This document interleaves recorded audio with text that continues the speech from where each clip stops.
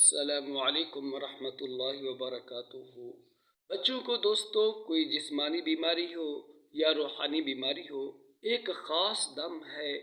اگر اس کو پڑھ کر بچے پر دم کیا جائے تو انشاءاللہ کوئی بھی بیماری بچے کو ہو تو اللہ رب العالمین کی پاک ذات شفا دیتی ہے۔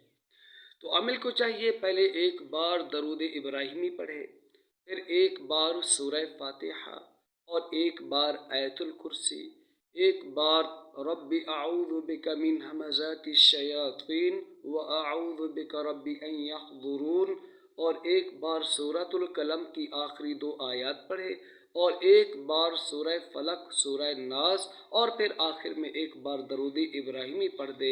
یہ سب چیزیں پڑھ کر بچے پر دم کر دے، انشاءاللہ کوئی بھی بیماری بچے کو ہوگی تو اللہ رب العالمین کی پاک ذات شفا نصیب فرمائے گی۔